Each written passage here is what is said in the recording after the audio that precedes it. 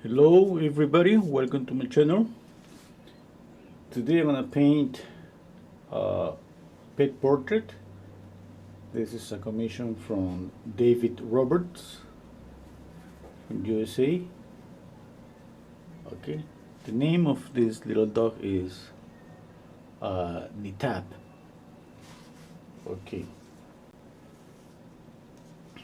let's begin. The colors I have here are titanium white, cadmium yellow light, cadmium red, raw umber, ultramarine blue, and ivory black. Okay, it's a beautiful photograph, perfect with the flower.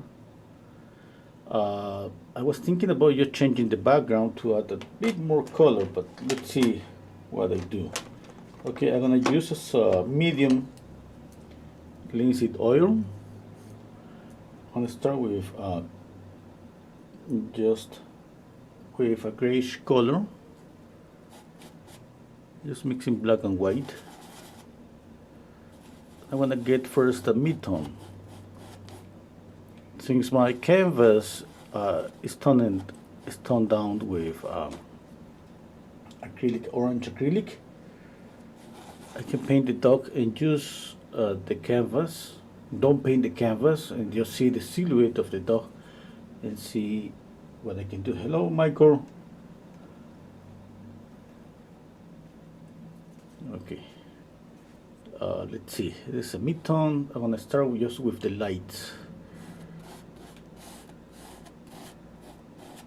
Okay. Now, when you mix black and white, you got a bluish grayish color, and obviously on top of my orangey canvas it's gonna look even more bluish.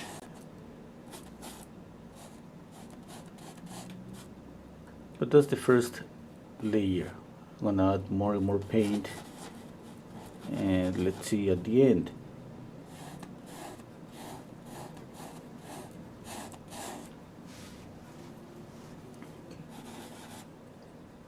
Okay, I just wanna get a mid-tone. I'm squinting down my eyes just to trying to see the light and the shadows. Okay, I don't have too much paint at this stage. That's what I usually do. Hello, Sylvia.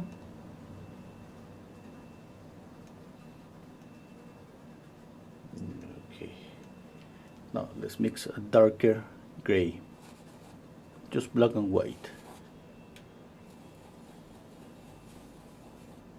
A little bit of linseed oil.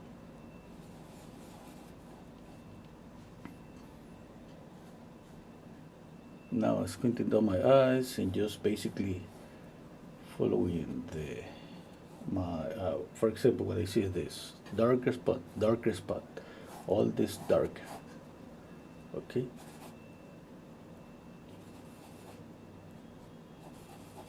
And now, for example, the shape of the whole head.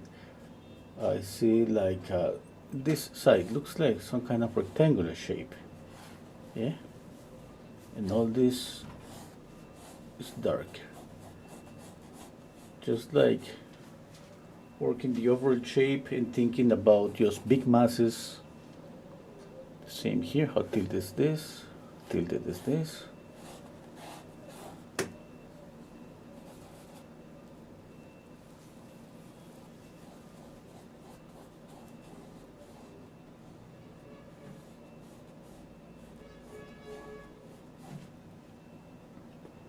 Here in the description, David was saying that Nitap is his wife's dog.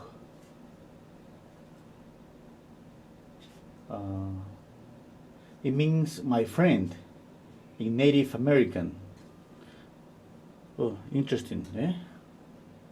He's the loyaltiest dog we have ever had. We have every had. In this, the dog just keep at her side. He has several allergies due to genetics. Okay, that's pretty sad. Hello, Wolfpack Studios. Hello, Sharon. Oh, that's Sharon. Just speaking about just Sharon. I was Sharon Roberts. Yeah. Yeah. Thank you for the commission, Sharon. I hope you like the painting.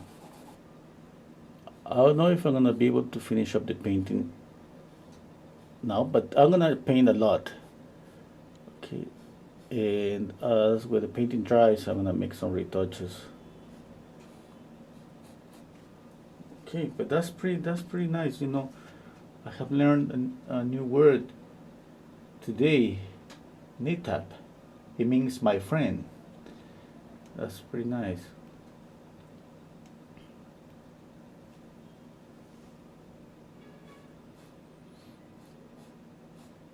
Maybe I'm gonna just use that name. I'm gonna steal that name for you. Maybe to use it for my next dog, Nitap. It's pretty nice.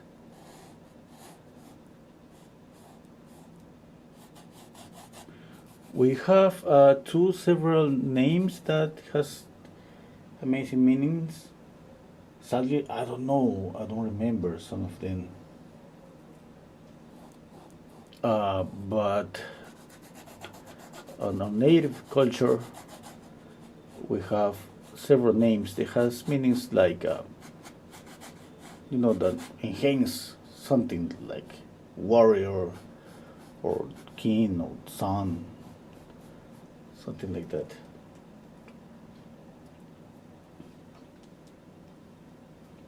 Hello, Bree Mark. Thank you. Uh,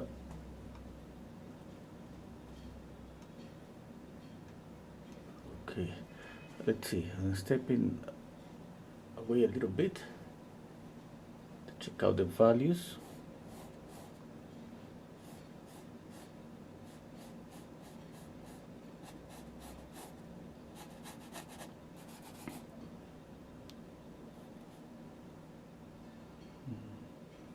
Let's see his little eye here.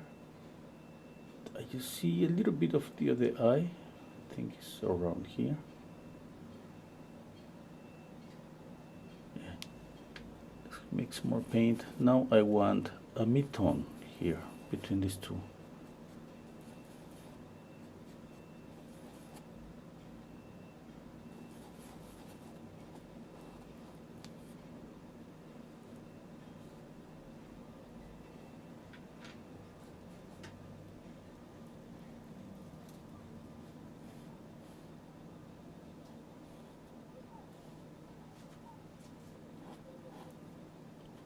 More white.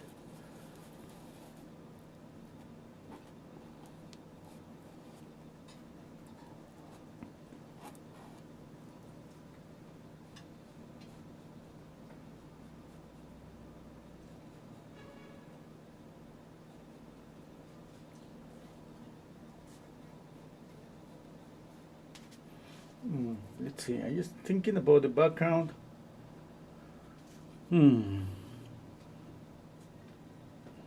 I love the photograph. The picture is pretty beautiful, but I would love just a bit more color.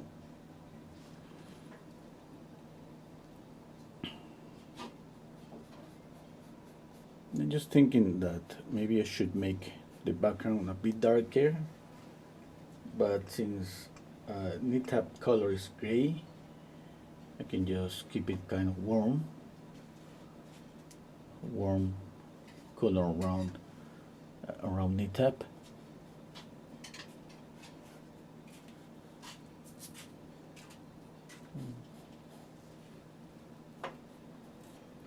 Another thing that I could do, just make it. I know, I see the photograph, and I know it looks like a little bit bluer. I can make it a little bit bluish. I can make it bluer, but darker, because I want the face just to pop forward with the flower. And that's gonna create more contrast if I just darken up the background and I add more light to the face.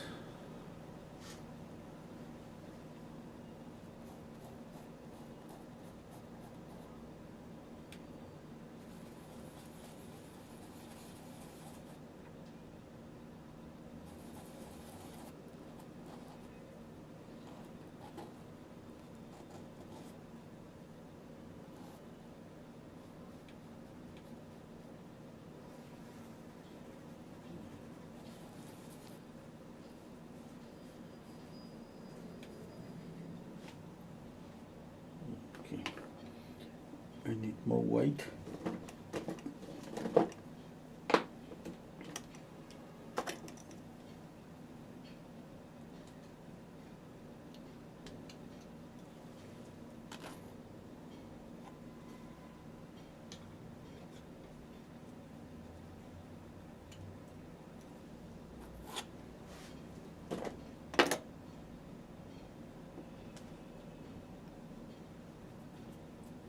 Wolfpack Studios is saying I'm gonna paint my little guy soon. Yeah, that's a good idea. Hello, JJ.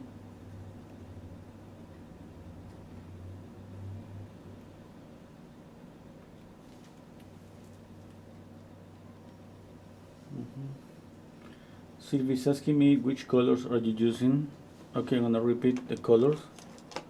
I'm using this is titanium white, cadmium yellow light, cadmium red, raw umber, ultramarine blue, and ivory black. Maybe I'm gonna add more colors, but right now, just at this moment, I'm thinking about drawing. I mean, the size of the head, position of the eyes, and values, like how dark are the shadows, how light are the lights. Thinking about a little bit of contrast, color contrast. If I change the color of the background, I'm gonna pick up just yellow. I'm gonna paint the flower just with pure yellow.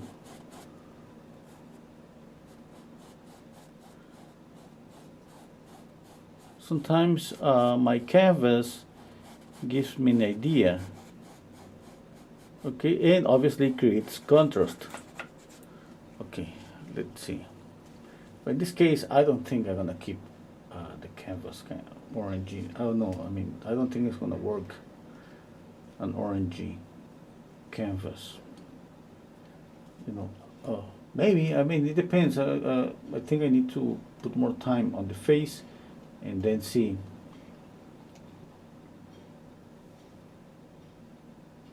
Okay.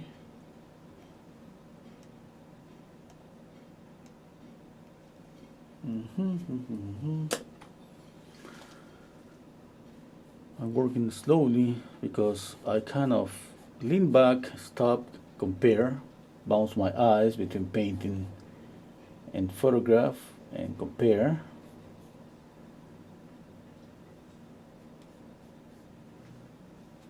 Okay. I'm thinking maybe I need to add more paint.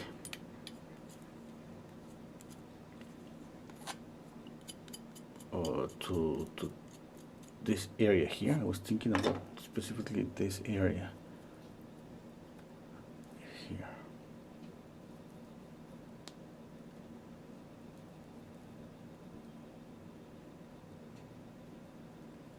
You know, when I add more paint, when we add more paint, we painting, obviously the oil paint is thick, and that adds something to the illusion of depth. That means that if we have a lot of paint in this area, that's gonna make this area pop and another area just recede. Okay, that can help us with to create three-dimensionality. I mean, not always, but sometimes it helps.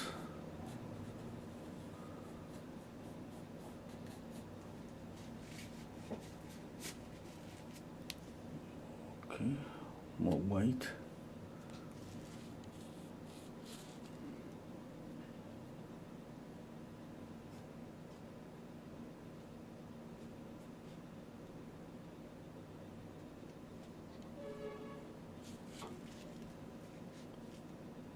Feel free to ask me any question about materials.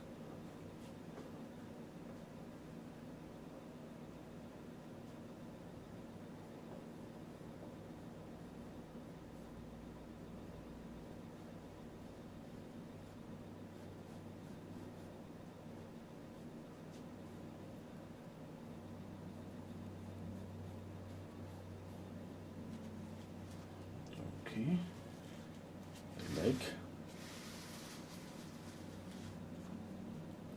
I like the texture there. Yeah. Oh, Wolfpack is saying I learn a lot from you. Oh, that's pretty good. That's pretty good, Wolf Eric. Yeah, that's pretty nice. Yeah.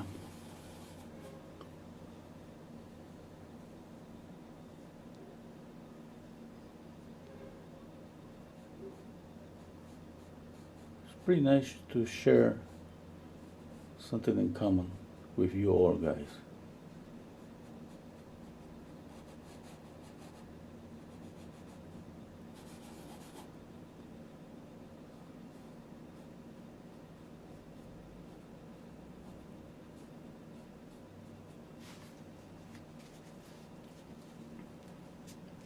Okay, I'm gonna use a little bit of raw umber here, more white. With raw umber, with this raw umber, this is from Winton. I usually work with two raw umbers. One's from Winton, and the other one is Rembrandt. The one with Winton, if you mix it with white, you get a really neutral grayish color. I was thinking that I should have started with this, with raw umber and white, instead of just black and white.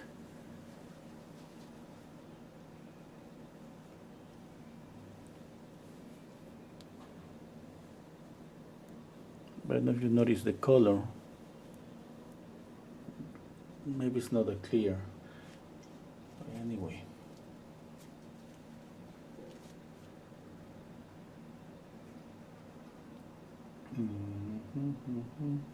Okay, I need to add a little bit of white to the flower.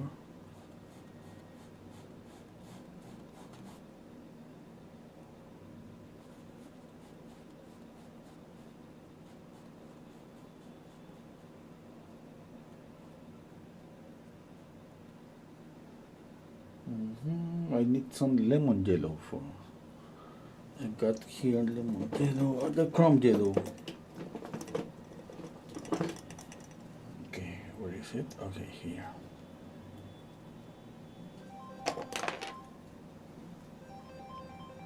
Sorry.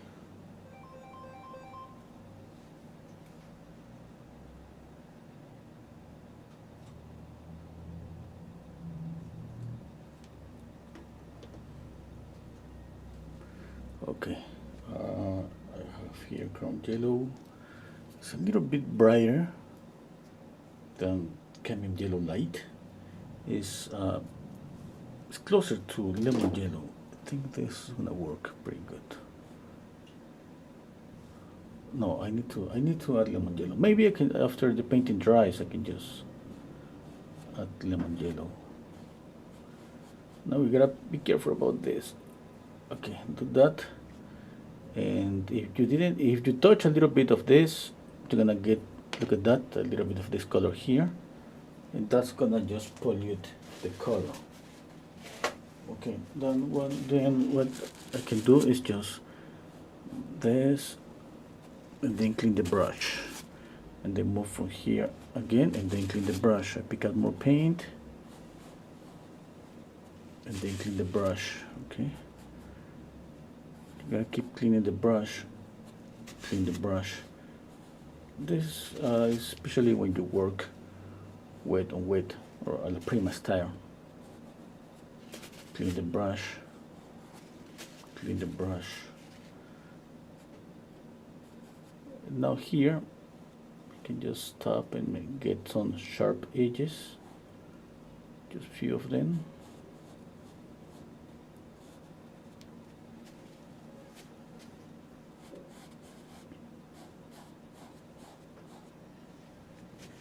Okay.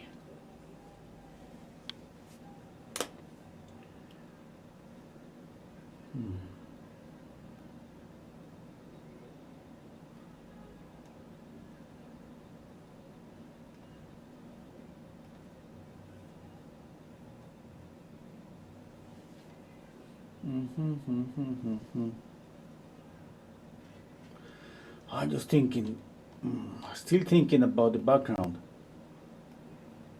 Yeah.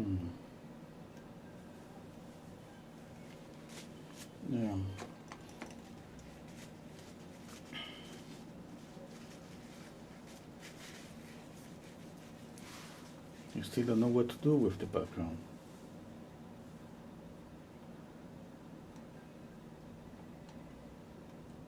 I got more space here. Yet. Just move the grayish image there. To see I got more canvas, I got at least 1 more inch. What about green? No.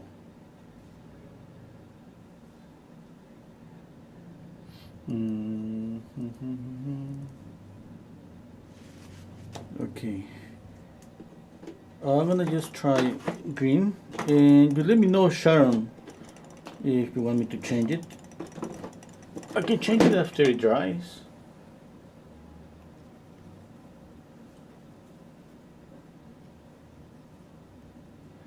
Yeah. Okay.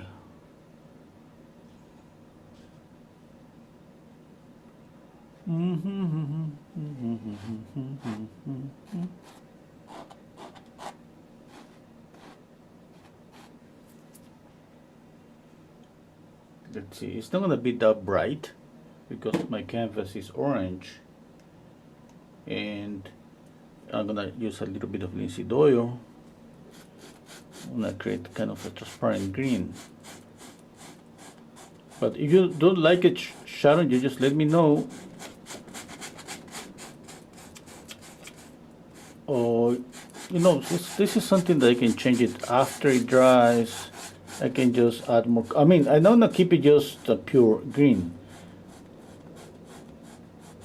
I'm gonna maybe make it darker in some areas, add some variation of green colors, like maybe more bluish in one area, and some loose brush strokes here and there. But right now I just wanna see it just kind of flat and see how it works, how this harmony works in terms of just that harmony, color harmony.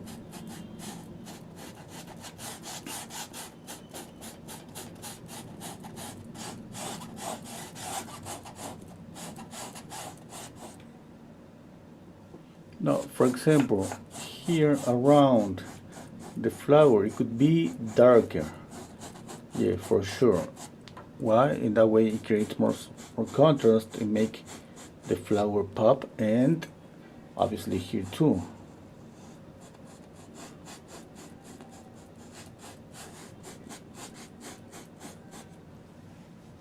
Okay.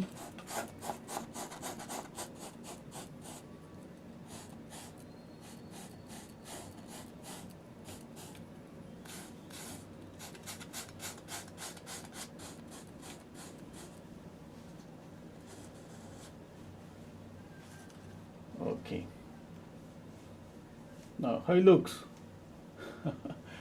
I like it. I think that it could be better maybe with another color, but I like it.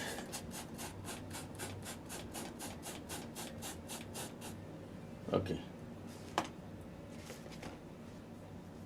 You know, I like this how it's glowing, the yellow there. Now I gotta do the same here. Okay.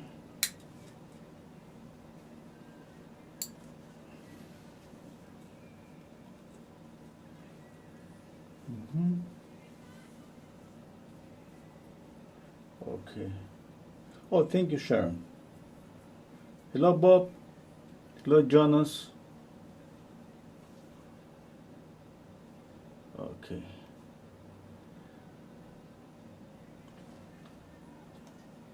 Okay, let's work on some details. Now I have a smaller brush here. And I use pure black.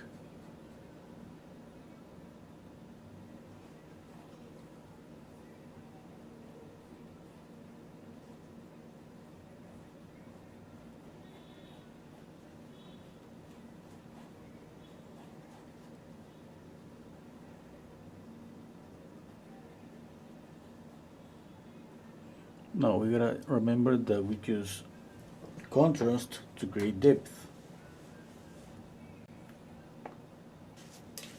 Okay. It means that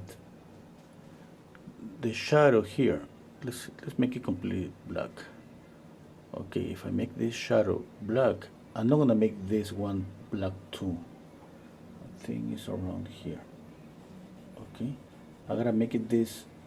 I gotta just light up this tone. Imagine a value scale, and you got next to black another darker gray. Okay, that would be for here. Why? Because this is gonna create contrast and make the face pop. I don't want that kind of contrast here. Even maybe I see that's pretty dark, I don't want it.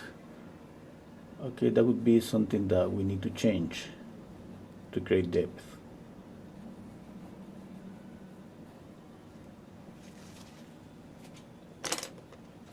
Okay, now I'm gonna use bristle brush.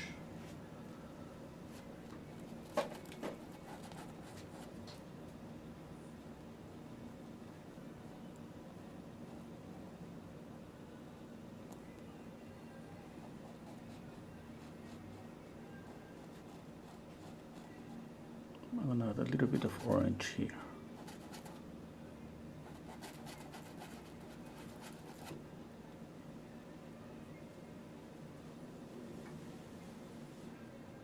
Okay, remember that color just bounces everywhere. This yellow flower is gonna change the color that is on Nitap's face, mouth. Okay, that means that all around here, all around Nathan's mouth, it's gonna be a little bit yellowish. Okay.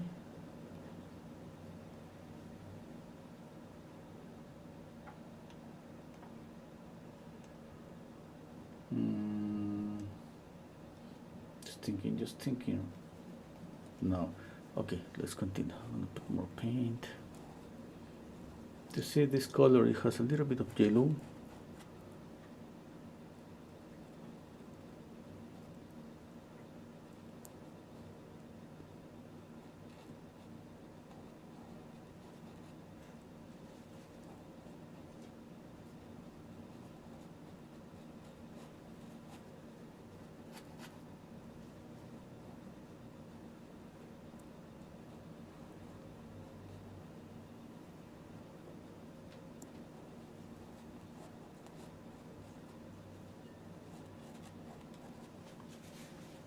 Clean my brush, pick up more paint.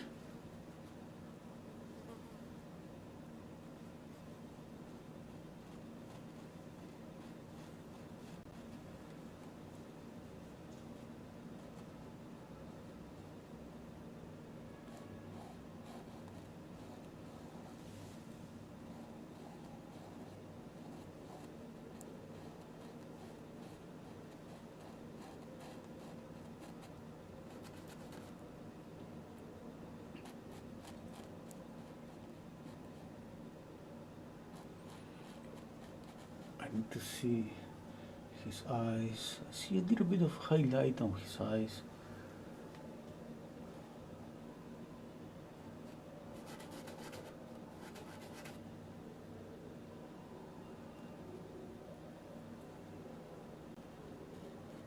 Difficult to see some details on his eyes because everything around is darker.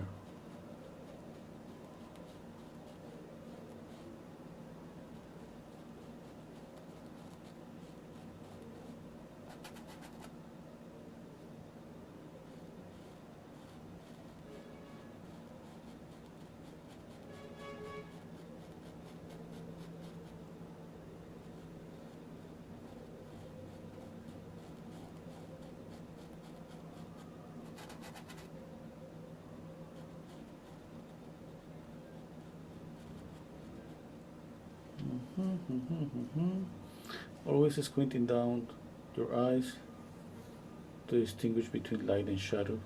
For example, I see a lot of light on the top of his head, but I'm gonna keep more light on the nose.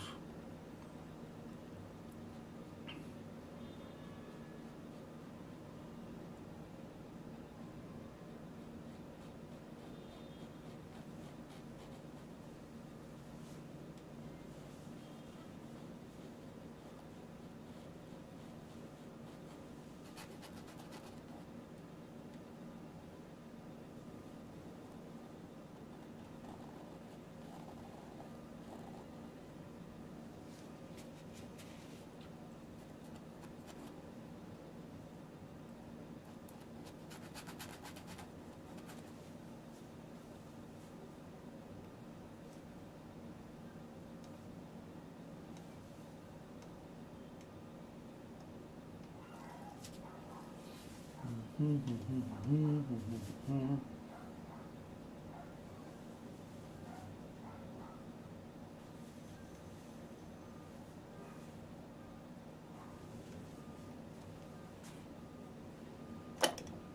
I'm gonna use a palette knife.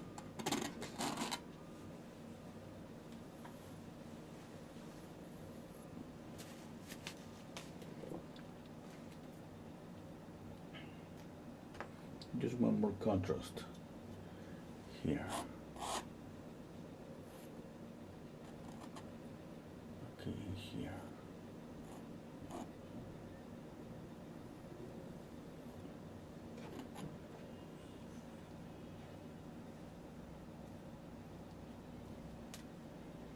Okay, let's see. The eye too. Oops.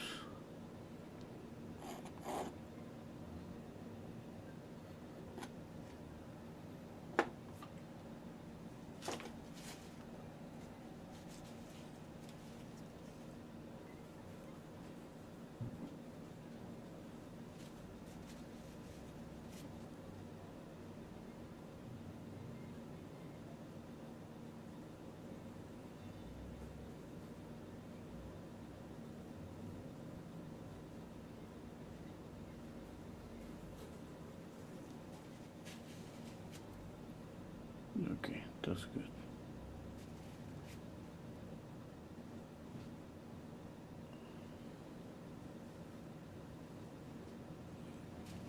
I clean the brush, pick up more black, and I press harder. Clean the brush, press harder again. When I press harder, it's kind of removing the lighter color. You see how it got mixed? And I don't get a darker value here. That's what I want, a darker shadow. There. And here, the same. Press a bit harder. Okay.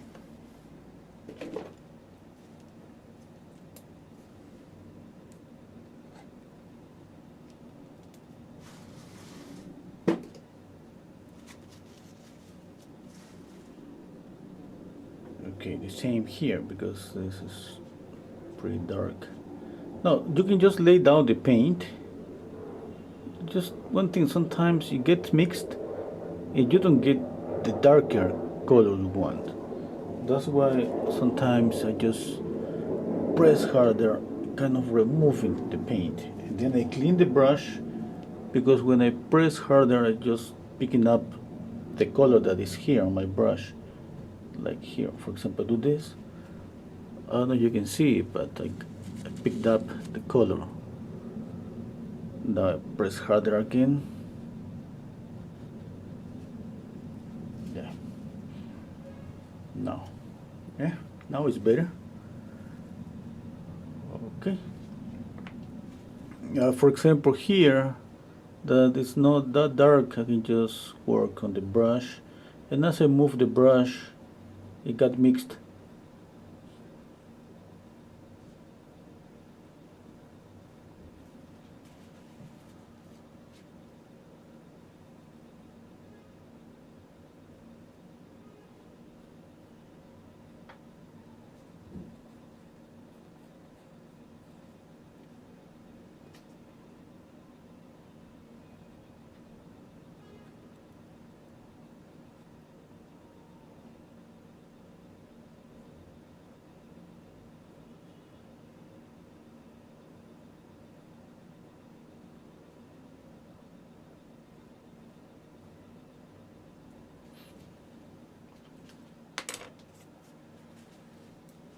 Okay, I see a little bit like a brownish color on top of the ear on this area. I'm gonna mix more yellow and red here.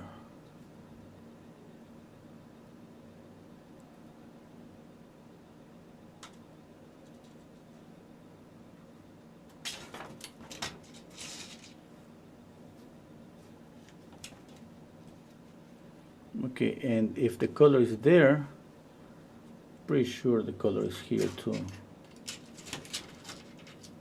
I don't see it, you know, I'm pretty sure it's there.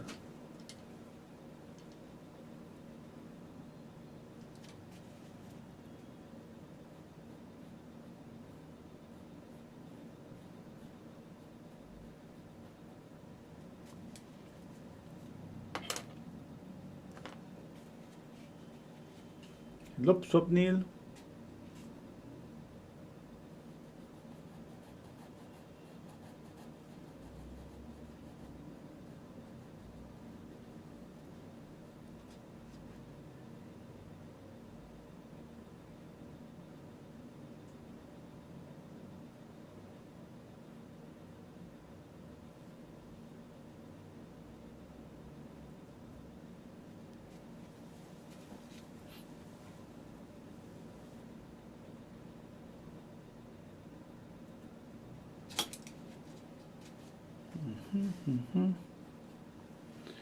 Yeah, I think I got his face. I got Nitap face. Yeah.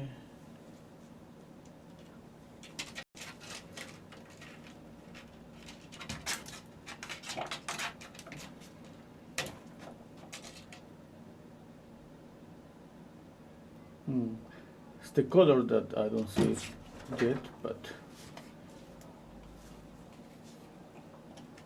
let's continue working. To know that we can just put more and more layers of paint, more and more.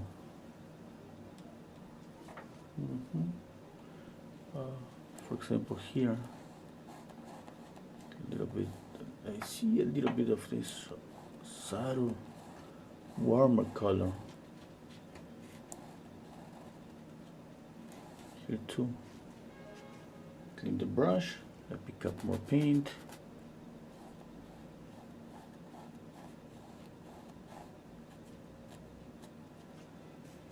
Sometimes I don't clean the brush because I want the paint just got mixed. That's okay. Sometimes I want to pollute the color. That's okay. If that's something you want, that's okay. But you want a clean color, you gotta clean the brush before you pick up more paint.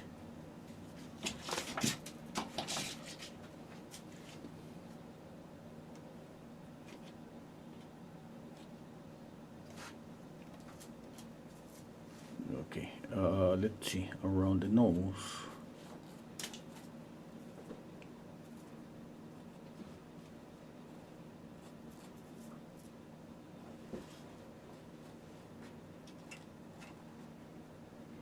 I think that's pretty good. Here too.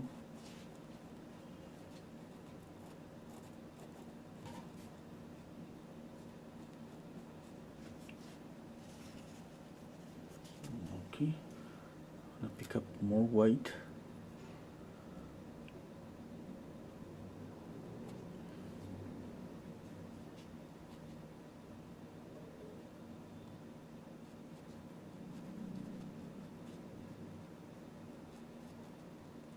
The highlight on the nose.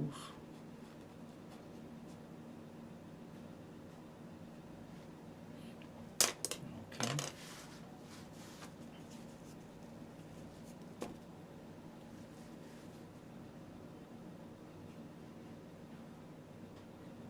I can just use the texture of my brush to do this, and that way kind of follow, you know, the form of the face, and if I follow the fair.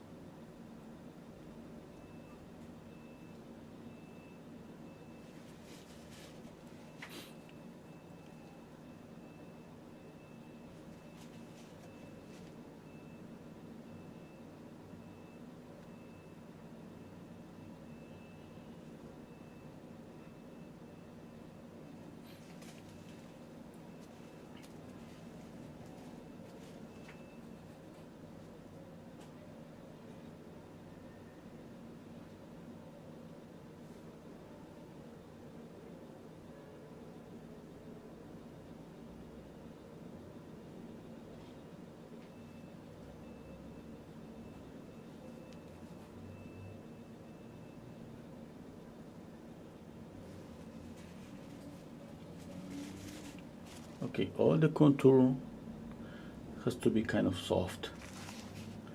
Here, around the head, I have to make it sharp.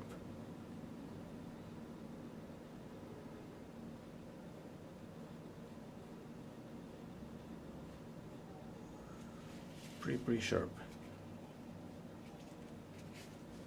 Okay, I don't see that sharp enough.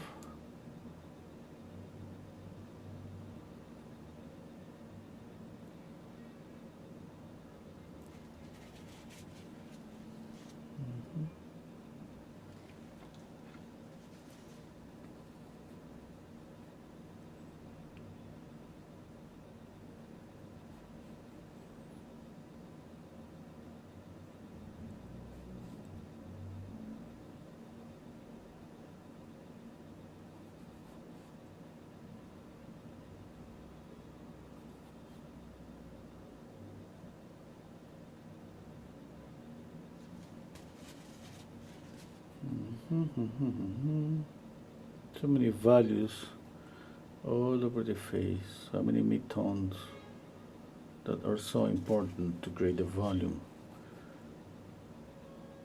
A little bit here.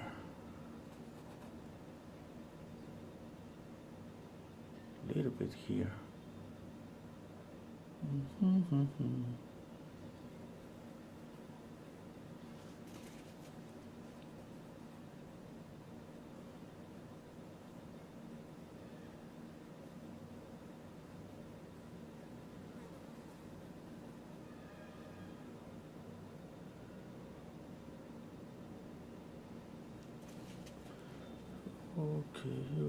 Okay.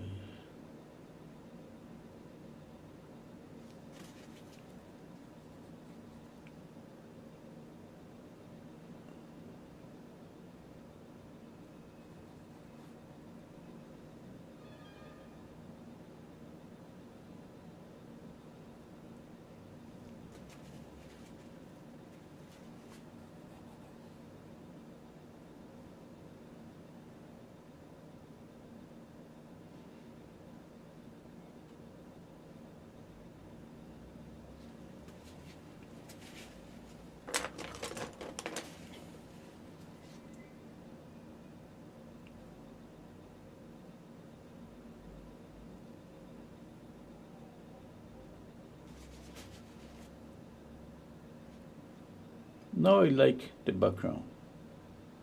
I didn't do anything to the background, but I don't know, now that I see more of the face, now I kind of it's working. I remember a rule that, I remember one of my teachers telling me this more than once, because when we study painting, it's a lot of repetition. It's not that we keep forgetting things, it's just the way we learn. And he was telling me that, hey, you gotta just add a little bit of the color of the background on your subject. That would be like pick up a little bit of this green and put it here. Okay, but the idea is that the color creates some kind of atmospheric environment, like ambient light. Now, if you don't do that, what you create is a separation between the figure and the background. Okay, here's what you want. Sometimes it works pretty good when you just separate the background from the figure. Okay, but when that's a decision that you gotta just think about it and see if that works on your painting, because that's about creating contrast. On the School of Art, it was more a representation, copy what you see there in nature. Try to get pretty accurate. Learn all the rules just to help you see more.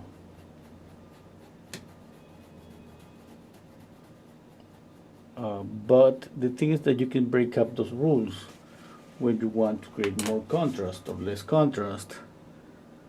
It depends. Okay. It means if I don't add any green from the background on the figure, what's gonna happen? There's gonna be a separation, and that's gonna make, you know, Nitap just pop forward. Okay. But if I follow the rules to create something more realistic, to create kind of an ambient light and all of that, I should add the green. If the background was blue, I should add the blue on the figure or any color.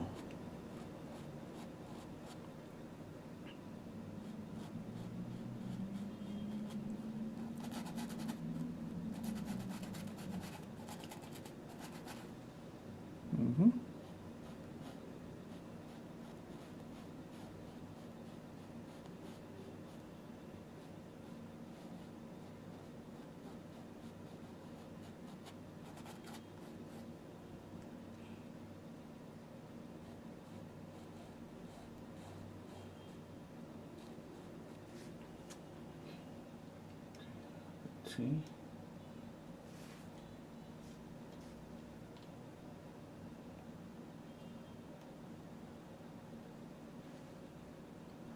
Hello, Exploring History. Hello, Alida.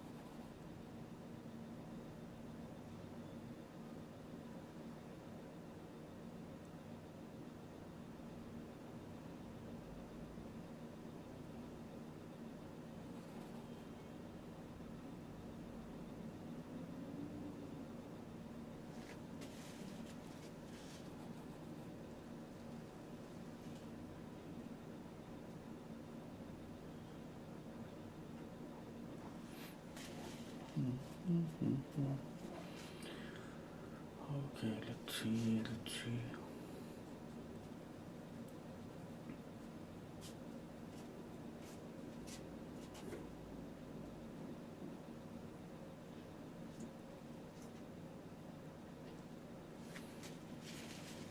Need to add a lot of lights. The forehead.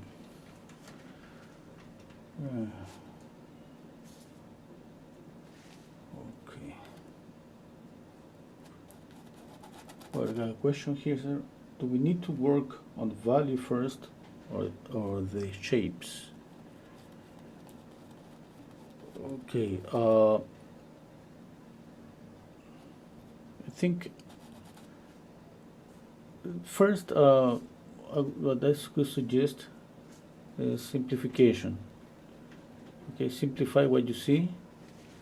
We see something two-dimensional. Okay, we need to think that it's something bidimensional, that's something flat. Okay, in that way, we just see just flat shapes.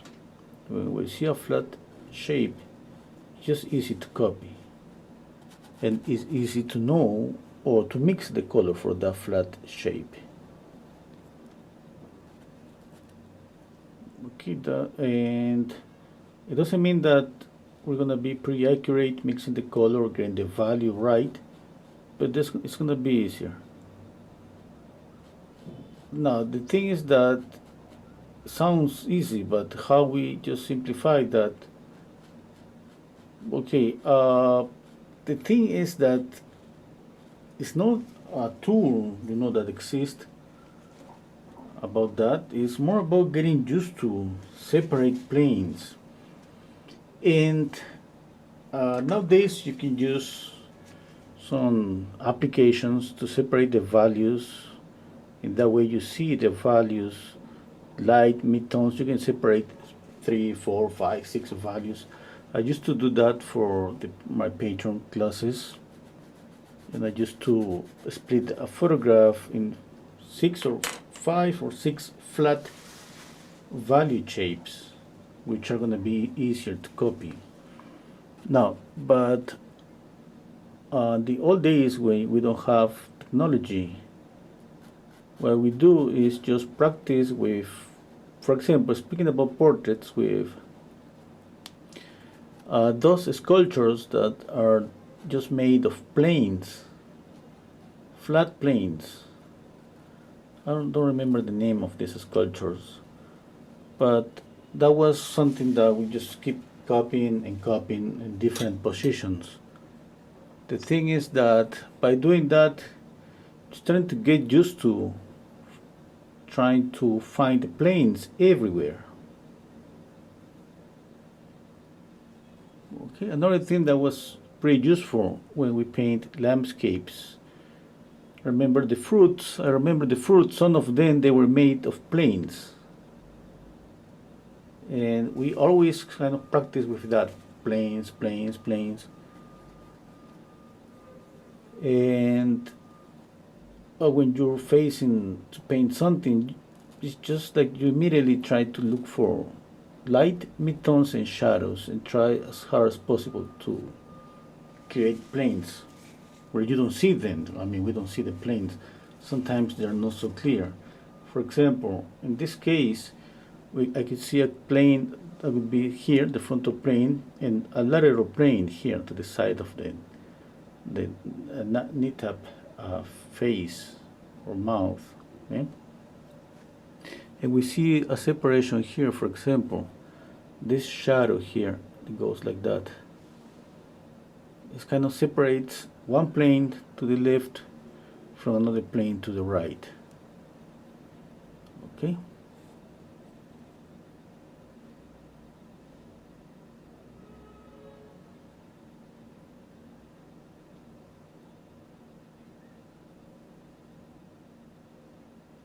After you got the planes and the values, okay, or obviously planes or shapes and the values, you start molding that, like just paying attention to smaller areas and thinking how I'm going to represent the form of this area. Okay. Just for that, when we work on something three-dimensional, there is always, we usually use the same form, primary form, that's a sphere. I keep repeating this every time that I paint a video because it's just the same information. The thing is that painting is about practicing, mostly. The information, you can just get information, all the information maybe in just one day. Doesn't mean that you're gonna learn or memorize all that information. But the information is the knowledge, is the same. The thing is about practicing, because when you practice, you then realize that it's kind of difficult to apply, or make it work in your brain, how to blend together all different shapes and form, and how we move or switch from a two-dimensional to a three-dimensional view anytime you want, and how just don't think about details. Remember that when we paint, we learn to see. Okay, and how when we learn to see, we ignore sometimes a lot of information because we're not able to move all the information from the picture to a photograph to the canvas. That's impossible. Okay, that's impossible. Maybe if you spend 400 hours on a painting, maybe. Yeah. But when you paint a la prima, or in my case, I'm painting a la prima. That's impossible for me. Impossible for me to copy all the information that I see, all the details. And then I gotta choose. Okay. Between all I see, what is the more important?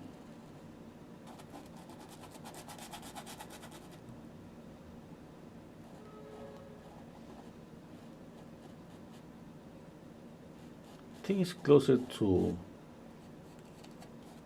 what we do when a teacher asks you, "Hey, read this book."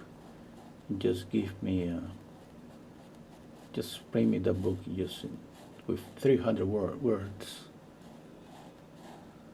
something like that.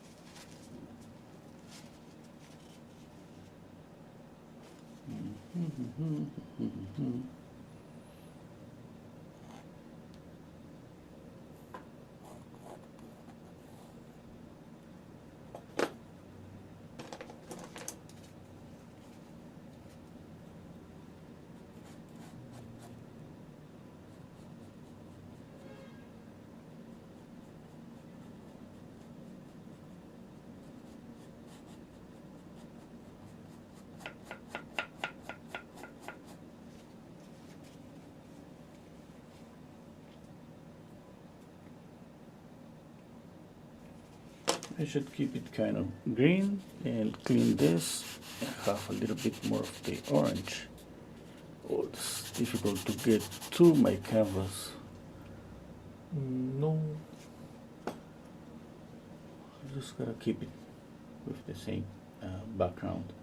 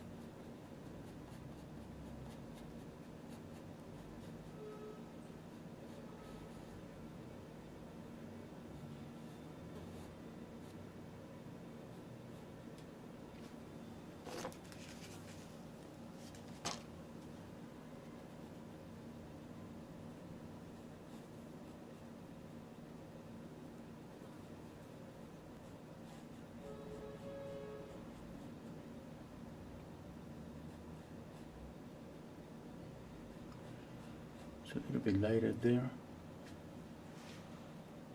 Okay, history saying when I use ivory black, the color becomes dull. Use blue instead. Any advice? Oh yeah, I mean that happens. Black is let's say a dangerous color. You just knock down, you could kill any other color. Yeah. But the thing is that you gotta use it.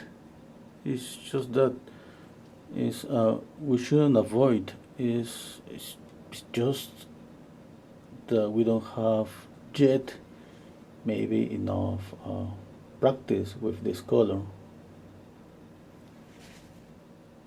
Nowadays, I see so many people saying, "Don't use this color," especially black. But in my time, it was like no way that you don't use any color. As a student, it was a must to use all the colors. I don't remember saying any teacher, "Don't use this color or the other color."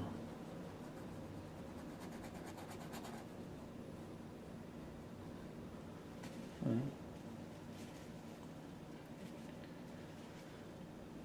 Mm.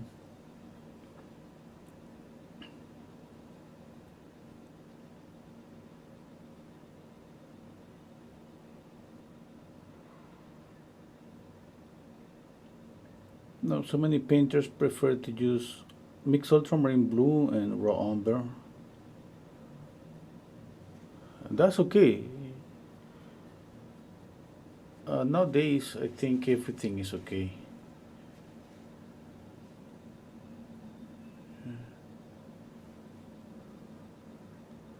I just telling my experience as a student. Okay, it was like if I could say something to my teacher, like, "I don't want to use black because I got all the colors," the answer that would be, use it and use it more until you control it. It's like you need just more practice. It's just that.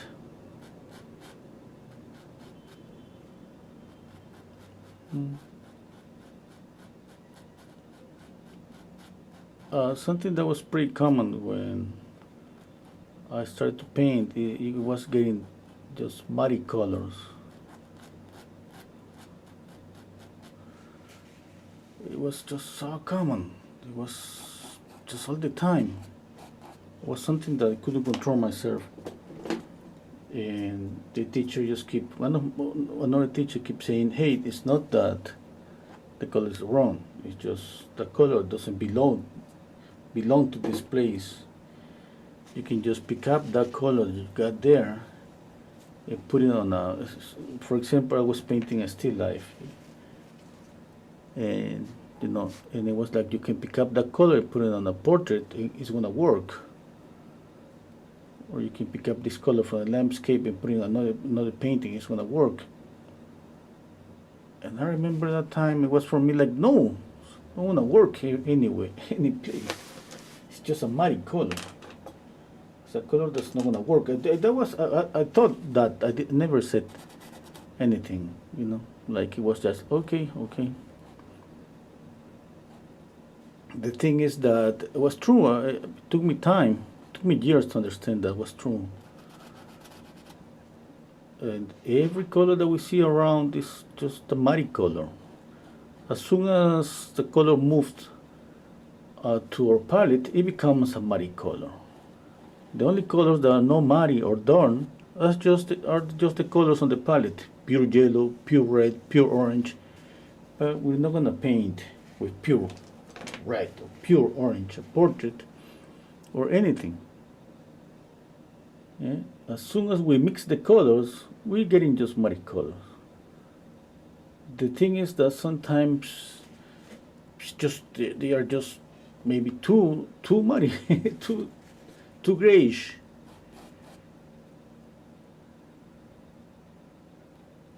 Okay, and another thing is that sometimes it's a little bit of practice that we need with oil paints, because sometimes it's just like the oil paints is different from another material, and you got different results. And one common question that I got all the time is how you can just put more paint on top again and again without making matte, making the color muddy, And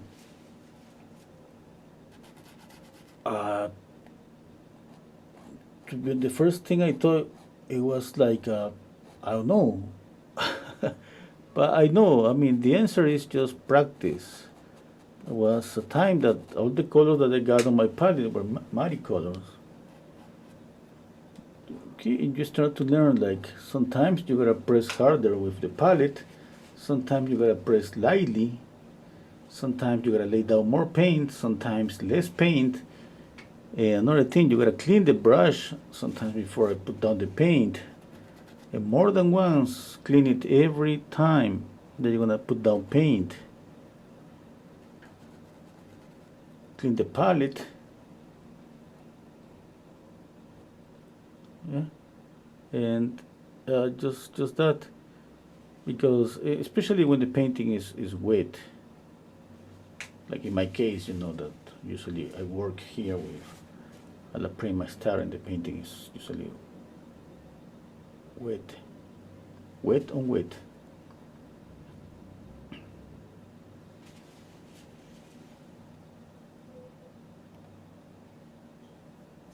Hello, Mark.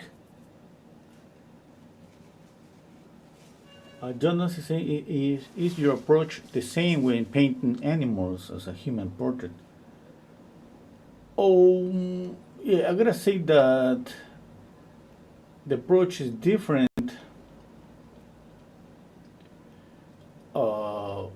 in the first stage, on the drawing stage. Why? Because on a human face, I gotta stick to some proportions in order not get lost on the process. When I paint a pet, you know, I feel more relaxed about the proportions. It doesn't mean like we don't need to measure. We measure, or we always measure. No matter what we paint, we always measure. But the thing is that for a human face, we got something that's pretty tricky. You know, that's the likeness.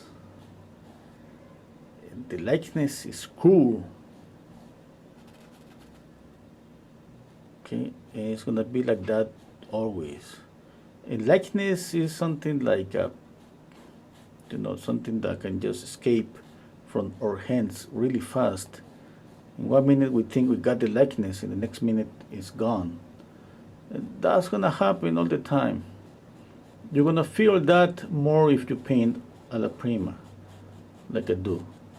But you wait, let the painting dry, and go over the painting again and again. You're gonna be able to retouch more and more, to rest your eyes, okay, and go over your steps.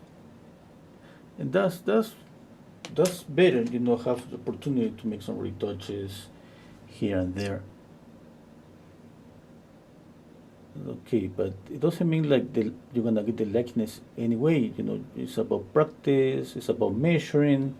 It's not just about observation. That happens with a human face. About values, painting using values, using edges. That's just the same for everything you paint, because it's about to create illusion of depth, and we use edges for that. There's not another thing to do. When we use too many sharp edges, the painting look cartoonish, and then that's the balance between soft and sharp edges. Just remember, a painting is full of softer edges. Just few areas have sharp edges. It's mostly just soft edges everywhere.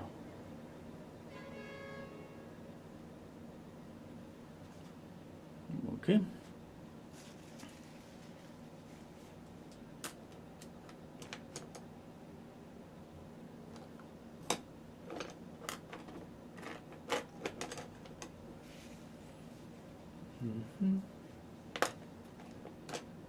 Another brush, maybe this one.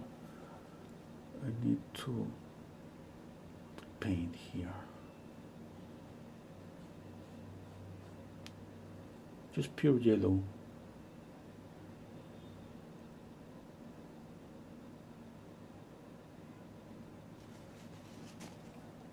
Just wanted a little bit of texture.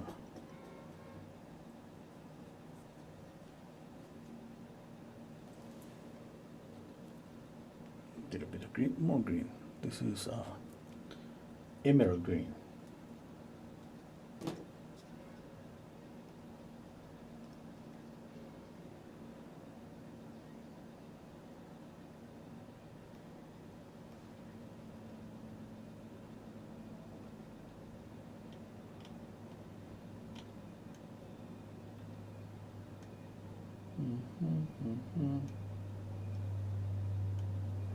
Let me see. You know, I'm gonna need to add a glaze, I think, at the end. I mean, yeah, you're not gonna see that after it dries. It's because of the color. I see that he's a little bit warmer. I got him too grayish.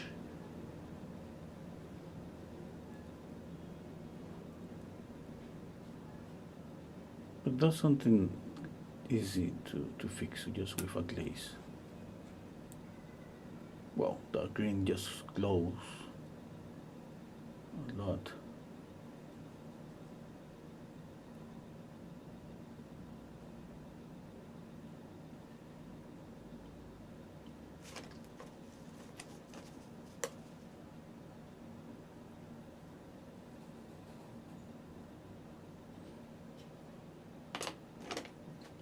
Okay, let's think about the background.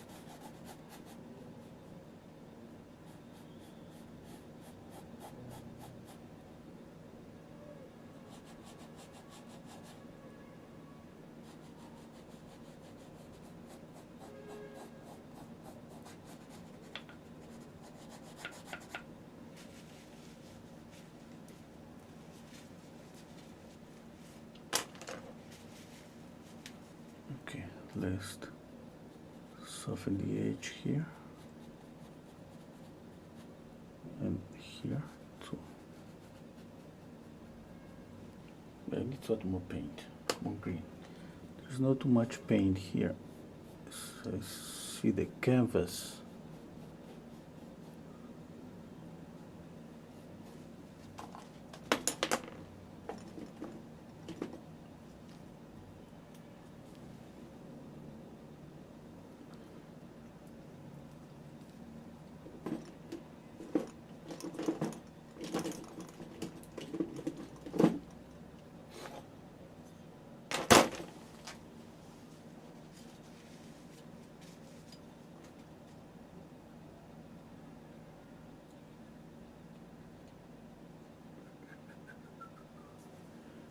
More white.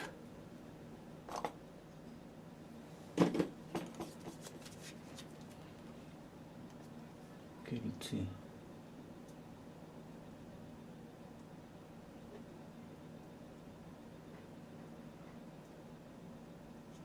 Oh, Michael is saying, still on my black dog and golden Labrador. Struggle to find the time because of work commitments. Any tips on finding time?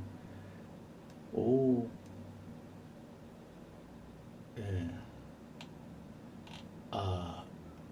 you know,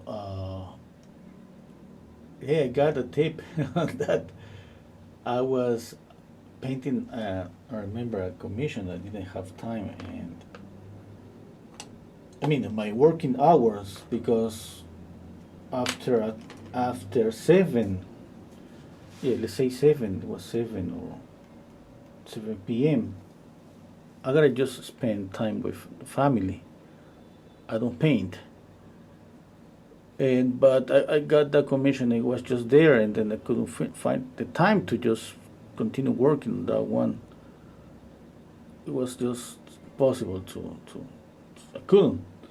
And the only thing that I did, it was just like I put my easel, you know, just basically on the living room, and while we were waiting, we were just watching a movie with my kids and my wife.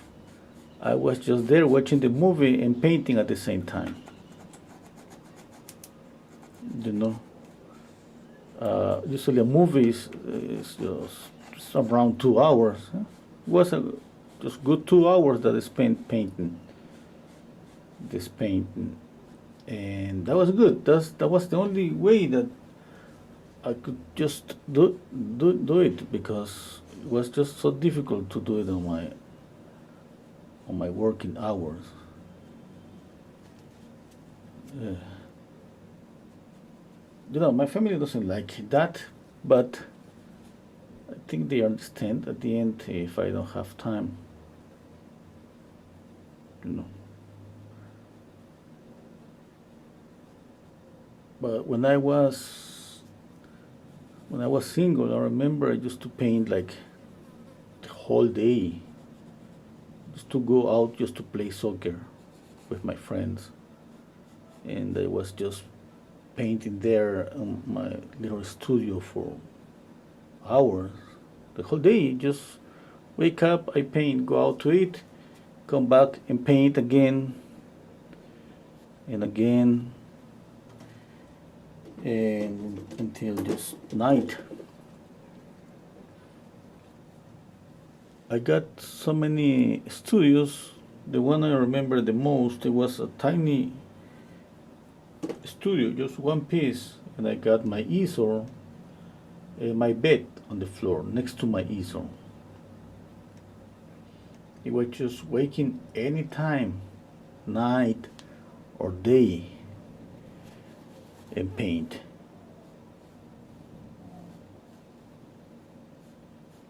Yep, just that. I don't think that was good, because I was sleeping with all the fumes of the oil paints and all of that. But I did really enjoy it, just being able to wake up anytime and just paint.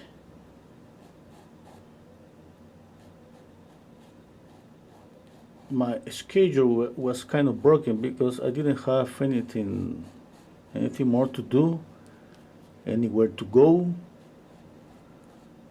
and it was like sometimes I paint till 2, 3 a.m.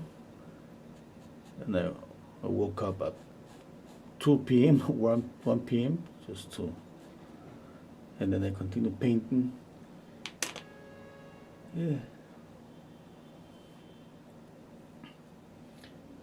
But that was a good way. I mean, I did that for a week, just painting on the living room while we were watching a movie. I was just there painting with one easel and a chair.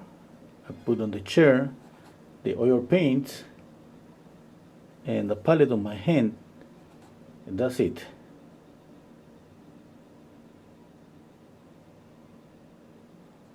Yeah.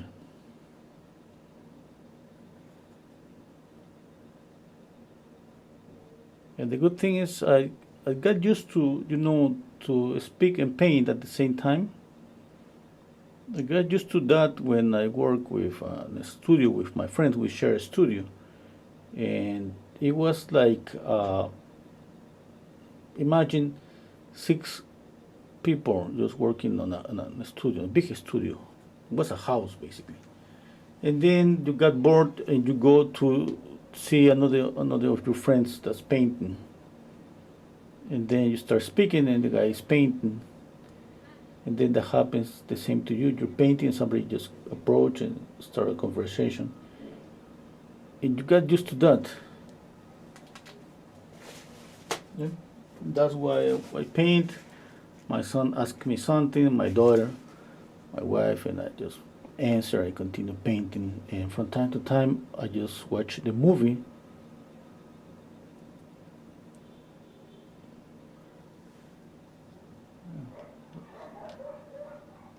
pretty nice. I see some eyelashes, some tiny eyelashes. Okay, I'm gonna paint here. I need to make this a bit rounded. I'll paint some light.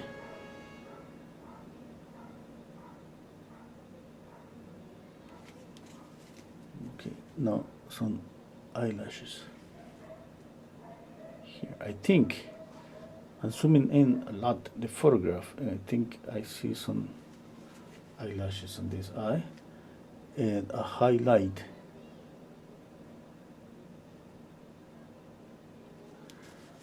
I don't see anything more because it's pretty dark here. This area, that's the only thing I see, that on the lower eyelid the transition is pretty soft. It looked like kind of sharp from the distance. It's pretty soft. Now the other eye, yeah, the other eye is more difficult. Well, I don't think that I see that much of this eye.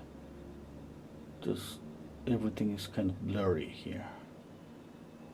A little bit of a sharp edge here.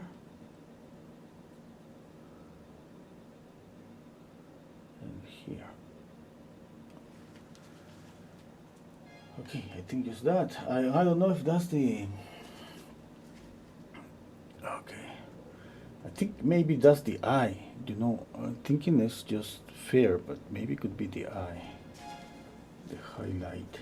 I'm gonna make it a little bit darker to separate. Okay, let's say that's the eye. Anyway, it's so difficult to work the small area.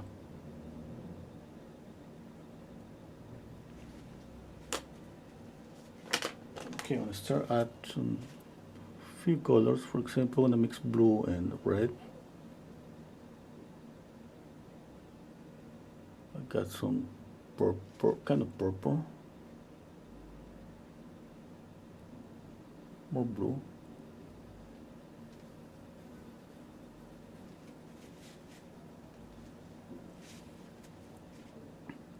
More blue.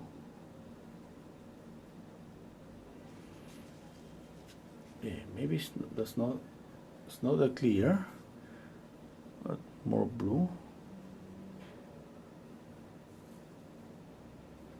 Just a brush stroke. I don't need to mix it. I don't even need to everybody notice that there is this kind of purple color there. Okay, the same for here, white, yellow. It's a little bit of yellow. Okay.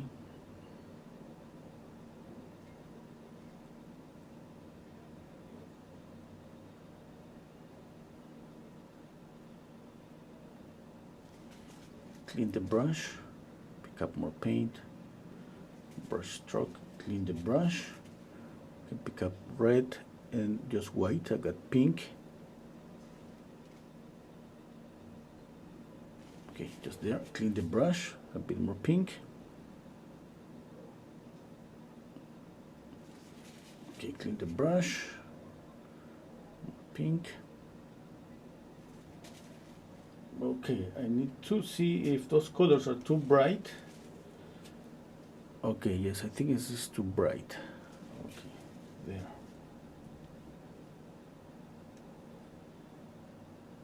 Now a little bit of orange. Now mix some orange again. Clean the palette if you want a clean orange. I don't want a clean orange, that's why I'm mixing just here.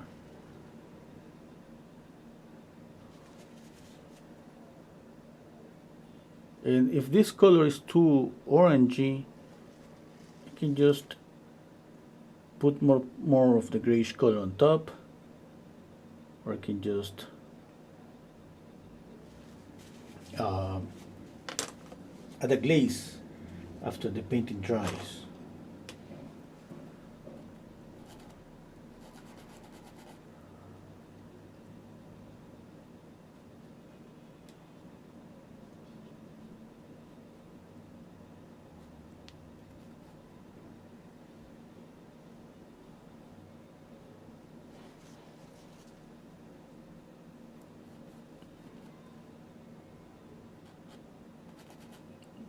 Okay, this brush strokes has a little bit of orangey color, tiny bit.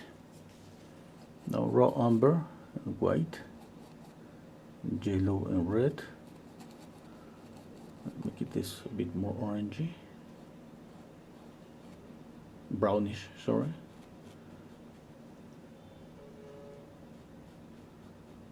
Or I could add another color to my palette. I'm gonna add burnt sienna. Yeah, burnt sienna I think it's gonna be okay.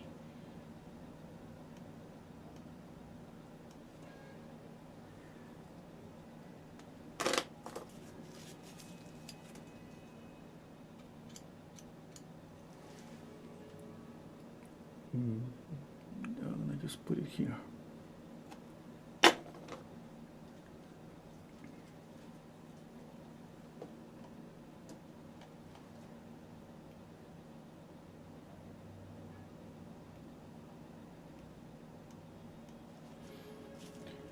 Now, burnt sienna is it's pretty strong, transparent pigment.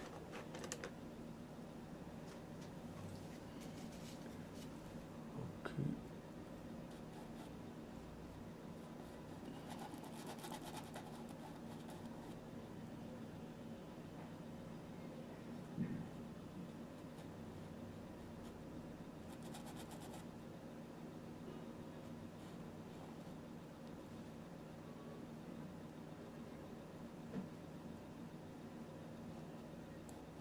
Now, when you work like this, like the way I'm doing, you gotta be patient, waiting.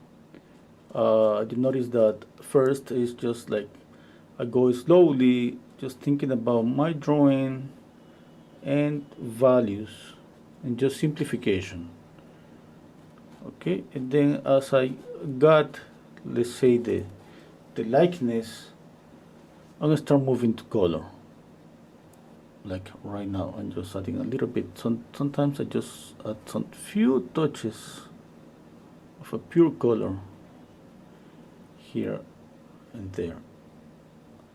Sometimes a color that it shouldn't be there, but as soon as nobody sees, that adds more color to the painting.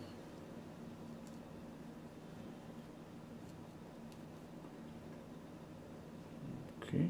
Now the other way to add more colors, just let the painting dry and add glazes, which are pretty nice because they are pretty transparent. It works pretty good. Glazes always work pretty good.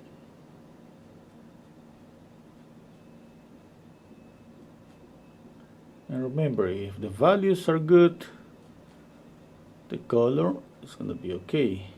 But if the values are off, the color is not going to be okay. First is values, next is color. I'm going to clean here, around here, I think.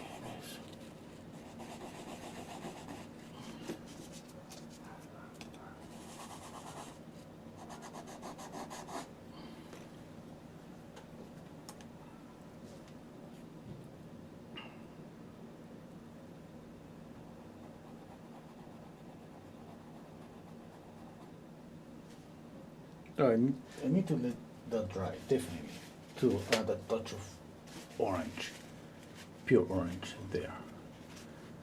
And for the blue is the same, And this is not a blue, but I'm gonna use it now. I think this is more like a teal blue. I don't have teal blue, I need to buy it. Or I can use cerulean blue. The cerulean blue is not that bright as teal blue.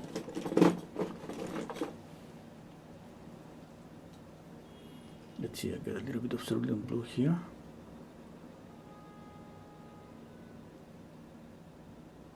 A bit more.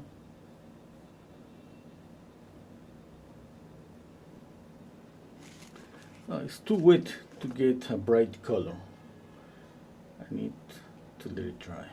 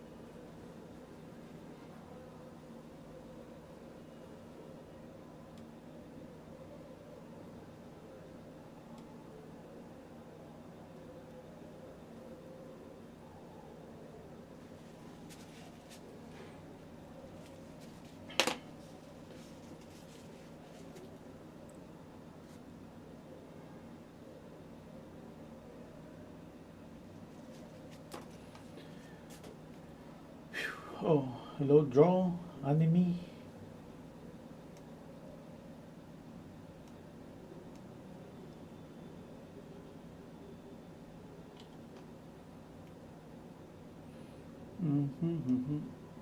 Okay, I think I'm getting to the end for today's session.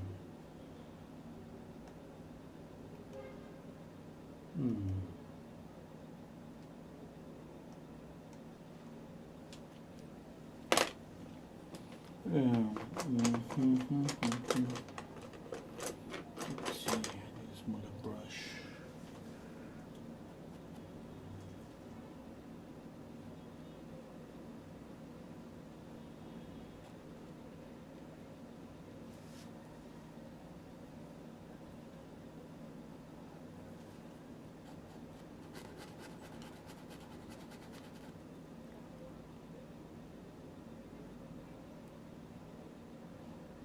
I think that's too yellowish.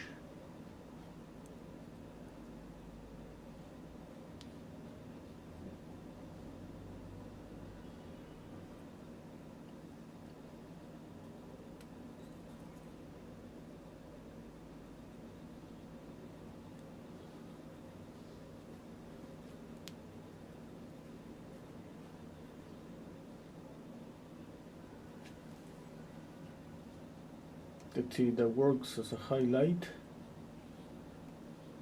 I'm gonna zoom in to show you.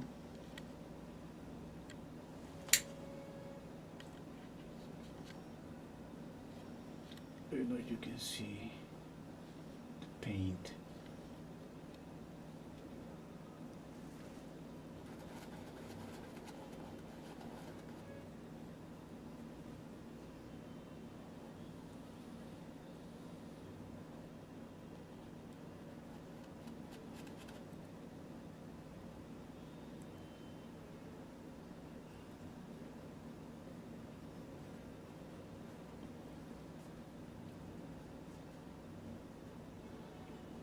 Okay, I'm gonna clean the brush. Let's put more paint on the flower.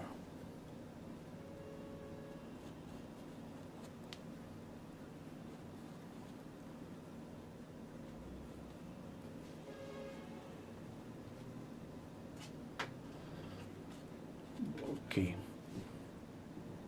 I think with that would be enough.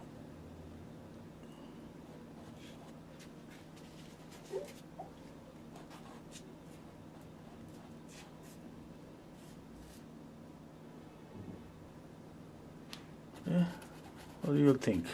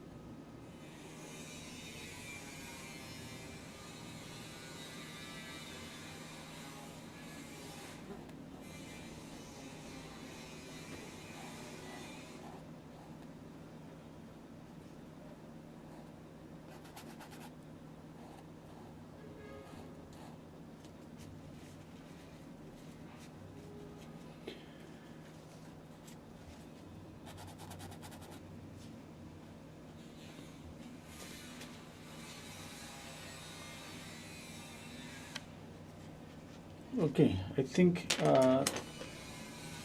that's almost the end of the class. I'm gonna just, this yellow is just alone here. I'm gonna just wanna put it down here a little bit.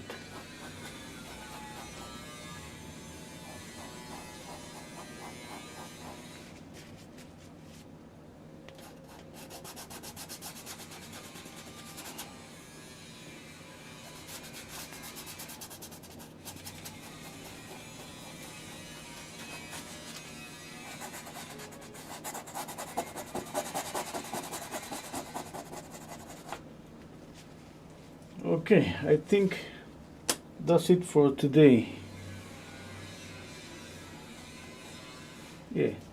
thank you so much everybody for being here. Hope you like it, and subscribe to my channel.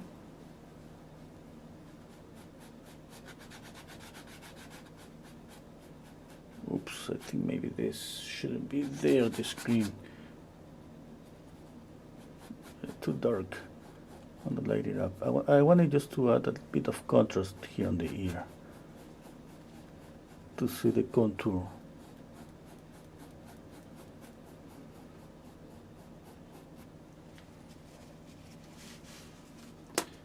Okay.